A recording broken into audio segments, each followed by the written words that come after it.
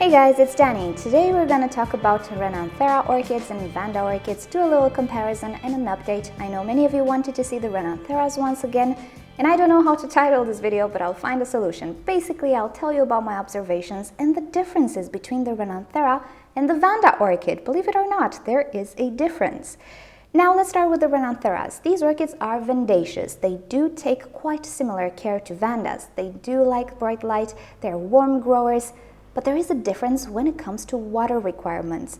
Now, Vandas are thirsty orchids. We know that. We soak them in buckets, or we try to keep humidity around the roots. However, Renantheras are even thirstier. For this reason, my Renantheras are actually doing quite well potted, unlike my Vandas. And if you missed the video in which I show you how the Vanda did potted, how bad the roots looked like, you can check it out down below in the description. Now with Renantheras, it's really not the case. This is the Monachica. I had her for quite a lot of time. I kept her mounted for a great deal of time, and I tried to soak the mount every single day, just like I would soak a Vanda. But she hated it. The roots did not grow very well. The orchid really didn't grow all that well. The growth was incredibly slow, and even though I put some sphagnum moss on the mount, it was not enough. I could not keep up with her watering requirements. There's also a difference in roots. If you can see, my Renanthera has quite fuzzy, fluffy kind of roots.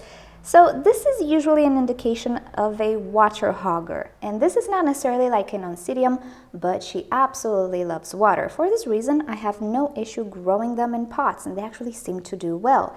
So this is the Philippinensis. She suffered quite a bit. This is spider mite damage, lost some leaves, you can see here, but she's clean now. However, root-wise, she's doing very well. You can see a new root here, and if I try to lift it up a little bit, I cannot remove it from the pot. This means that the roots are already attached to the pot inside. This absolutely did not happen to my Vandas. Growth-wise, she is growing at decent speeds. I presume she produced a few leaves here.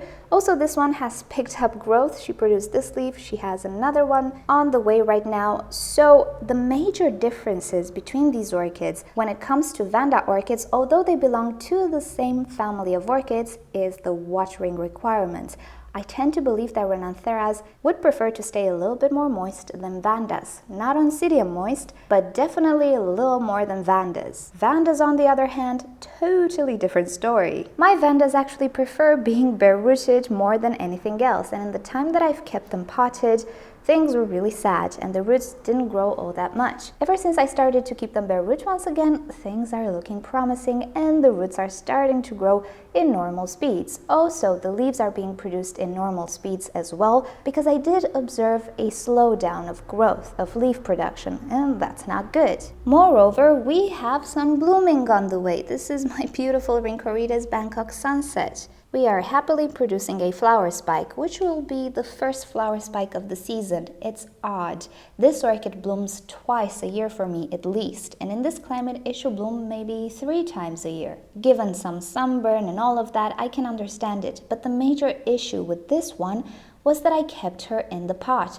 Ever since I unpotted it, she totally grew this leaf quite fast, growing another one here. They're looking good and growth started to speed up. So you can see 2 vivacious type orchids, 2 different requirements, and even though they should be quite identical in care, they simply have this little difference between them that for me means a totally different way of growth. Potted in the case of the Renanthera, and bare root in the case of the Vanda. So now that I've discovered my Renantheras prefer to be potted while Vandas prefer to be bare root, what do we do with the complex intergeneric? Meaning the Kagawara that I just received. Now, Kagawara is a name given to a complex intergeneric hybrid, and this is a cross between Vanda ascascenda and Renanthera. How much of each species she has, well, I really don't know. And I didn't do anything with this orchid because I was not sure how to keep it. Should I pot it? Should I keep it bare-rooted? I actually decided I will pot this orchid. Anna told me that she did well in her care being potted in a leca and in organic. And also I had another viewer who told me that Kagawaras are really not like Vandas, and they grow them in coconut husk even, and they do quite well. So there is a chance that this cross inherited the water-loving aspect of the Renantheras. So I'll give it a go. I will pot this orchid, I'll keep an eye on it, and if I discover she's not doing well, bare-rooted she goes. But there is a high chance she will do okay potted, which is good news because this is not a large orchid.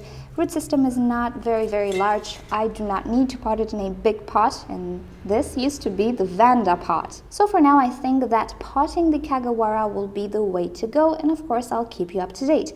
But I would like to know from you guys who have Renantheras and also Vandas. Do you notice this difference between them? Do you have issues with Renantheras bare-rooted, and also how is your climate? So let's see if indeed there is this difference between them, or it just has to do with my type of growth, my environment, and so on. Okay guys, thank you so much for watching. Hope you found this interesting. If you've enjoyed this video, please give it a thumbs up. If you didn't, give it a thumbs down. Subscribe for daily orchid and plants videos, and I'll see you all next time. Bye! So do you guys remember when I purchased the Saint Andre, which is a Dowiana cross? I think it's about 2 months. 2 months and a bit, maybe? Well, she came with this pseudobulb growing, it matured. It produced another pseudobulb, it matured. Now it's producing another one, it's maturing fast. This is an incredibly fast grower, so if you're ever looking for a fast Cattleya, this is the one.